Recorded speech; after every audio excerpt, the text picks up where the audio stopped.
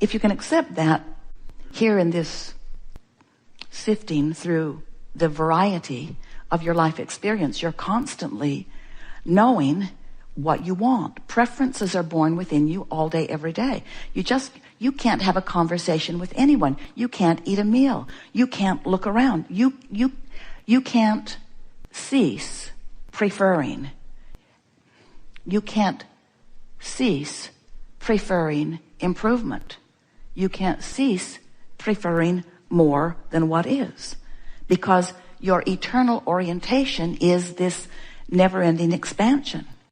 When you accept that you are eternal, that means you've accepted that you are forever. It means that, and that must mean that you have accepted that you are expanding, because you can't stand still. Nothing does. So when you couple our brilliant analogy of looking forward rather than down through the floorboards of your car, and you begin to take this broad view of this eternal being that you are, then if you can incorporate this understanding to acknowledge that what is always, only, ever the bouncing off place for more. But it's not just that. It's that all of the joy and all of the exhilaration is looking toward what's coming. Now, it's really, really, really, really fun when you get oriented and pointed in the direction of what you've become. And we want to tell you why. Because this larger part of you who remains non-physically focused is holding steadily the vibrations that you have been incrementally providing. In other words, the larger part of you remains non-physically focused, while this part that you know as you is here. But this important part that you know is here, as you in this personality, sifting through the contrast, knowing what you don't want, knowing what you do want, knowing what you don't want, knowing what you do want. If you don't want it a little, you'd want it a little. If you really don't want it, you really want it. In other words, this contrast serving all of you, all of us perfectly. So these desires are moving forward, and the larger part of you is becoming the vibrational essence of that desire, and then projecting that new knowledge, that new understanding, that new, here's the word, beingness, right back to you. Which means when you want it, source is it and reflects it to you. That's what that instant manifestation is that you've been talking about. You want it, source is it, reflects it back to you. But the question is, when source is reflecting it back to you, where are you? Where are you? And you say, well, I'm doing my part, Abraham. I'm doing the part that I think I was sent here to do. I'm sifting through the contrast. I'm sifting through the contrast. I'm sifting through the contrast. And whoop-de-doo, I launched a rocket and you rode it, but I'm still justifying the rocket. I'm still explaining to everyone why I want that, because I hate this. And we say, that's that thing you do. You get hung up on the contrast. You don't use the contrast in quite the way you intended. You intended to know what you want and then go with the flow of it. And when you go with the flow of what you want, so that you are vibrationally up to speed with the source within you, now as source reflects back through you, you're right there in the perfect vibrational stance to receive the fullness of what you have asked for. And now you have instant manifestation. So what do we mean by an instant manifestation? We mean you have instantly adjusted your vibration upward to allow the complete incorporation into what you've asked for, and now your point of attraction matches your desire. And what happens when your point of attraction matches your desire? Everything that comes to you must reflect that vibrational essence. It's law. It has to be.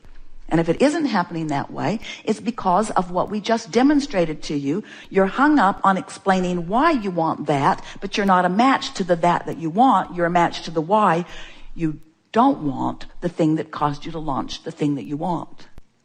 That was really good. You're not a match to the what you want. You're a match to the reason that you wanted it. But the reason that you want it is because you don't have it.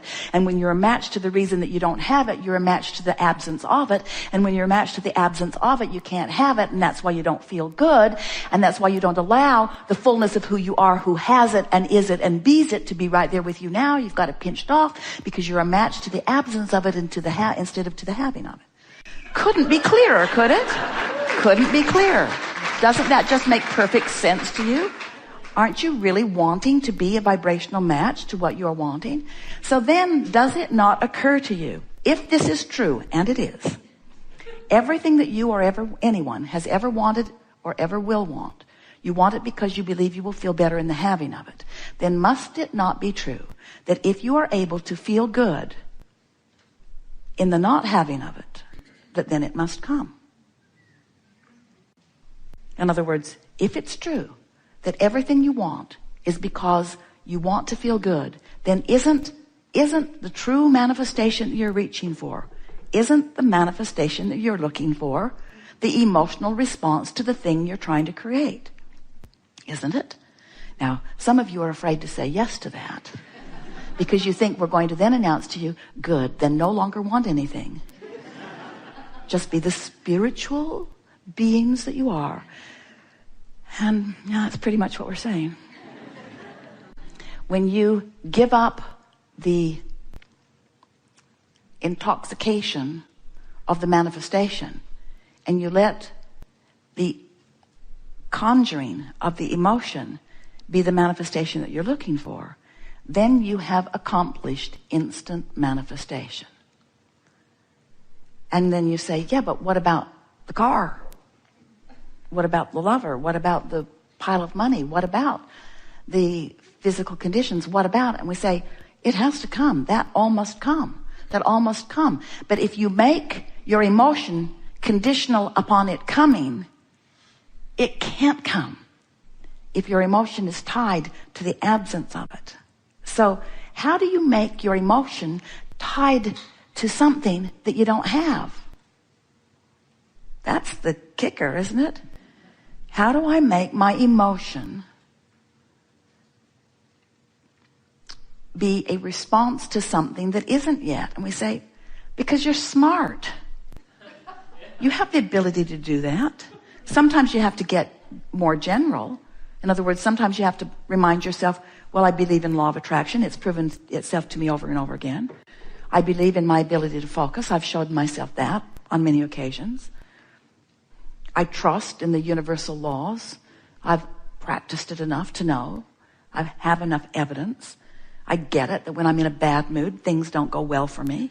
And when I'm in a good mood, things go better for me. I get it that my mood affects things. And since I've been paying attention to that, I really get that. So even though I am the first to admit that I cannot yet very well control my mood, I am willing to admit that my mood does affect what comes next. Well, that's a general statement, and it's a very powerful first step, isn't it? So when we ask you, and we're going to do it here just because we want to, why do you want what you want? Why do you want what you want? What do you want? What do you want? What do you want? If you meet someone on the street and they say, hello, what do you want? What do you tell them? Well, now we've coached you into the perfect answer. But what kind of things do you tell normal people? Well, I want a better job. And I want my body to look better or feel better. Or I want more money. I want more freedom.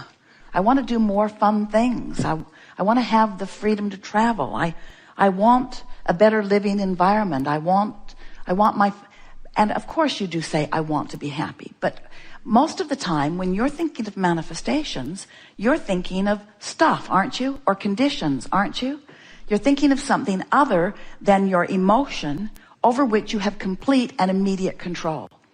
And we just want to convey to you that if you can leave this gathering accepting personally for yourself that what you really are wanting to be the creator of is the emotion which you have the ability to conjure no matter where you are within 10 minutes, we're not kidding you.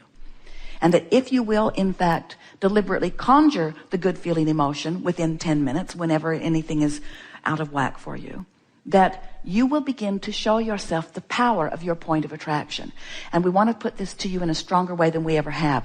We want you to show yourself the power of our point of attraction. Our point of attraction. Because you're not in this alone. You weren't alone when you came, and you're not alone now.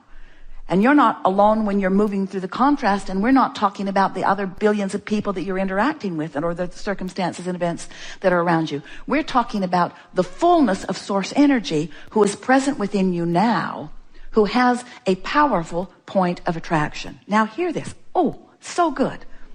So you get law of attraction, sort of, kind of, don't you? That you get what you think about and that things come back to you in response to how you're feeling.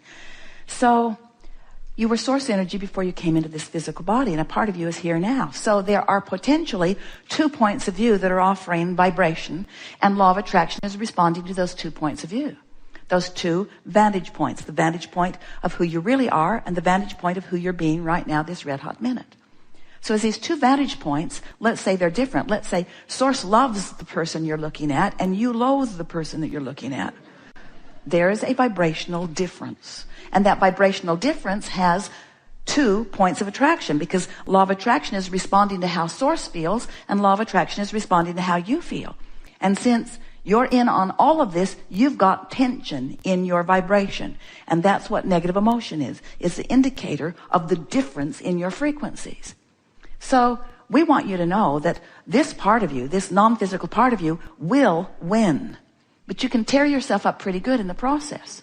In other words, eventually you're going to croak and you're going to have one pure point of attraction. You're going to feel really, really good. We just don't think you should have to croak to get there. So what about that? Are you accepting the 2 points of the 2 points that law of attraction is responding to? And doesn't it make sense to you that when you're in alignment with who you are, that the tension goes away because now there's only 1 point of attraction? So if you've been listening to us for a while or watching us for a while, you've seen us say when you come into alignment with source, because source holds steady. But today, we're not saying anything different. We just want you to look at it differently.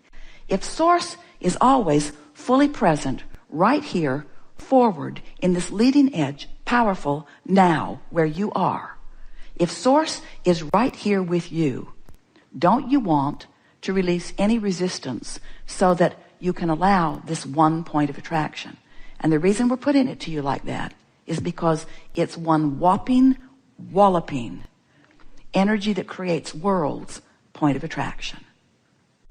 And the reason we're putting it to you this way is because we want to convince you, best sales job we've ever done so far.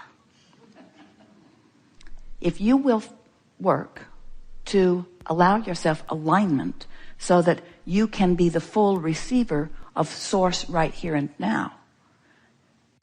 If you've taken the time to conjure the emotional manifestation in that 10 minutes that we're talking about, and you allow this coupling, this blending, this complete merging with this powerful point of attraction, doesn't it make perfect sense to you that the details are going to fill in for you and fill in for you fast in order to complete your representation of what instant manifestation means to you?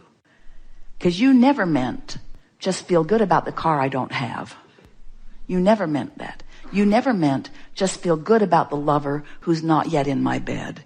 You always meant, I want my lover in my bed.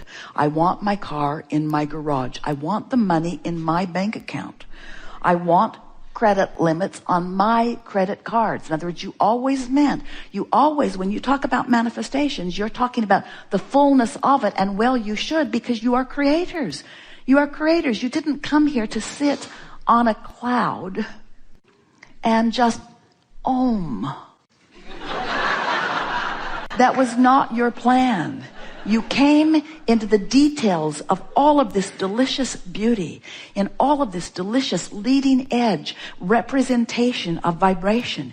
You came to fully create and be enveloped by beautiful, lovely, wonderful leading edge, physical, manifested, material, and yet spiritual things. In other words, we want you to know that Source is right out here on the leading edge.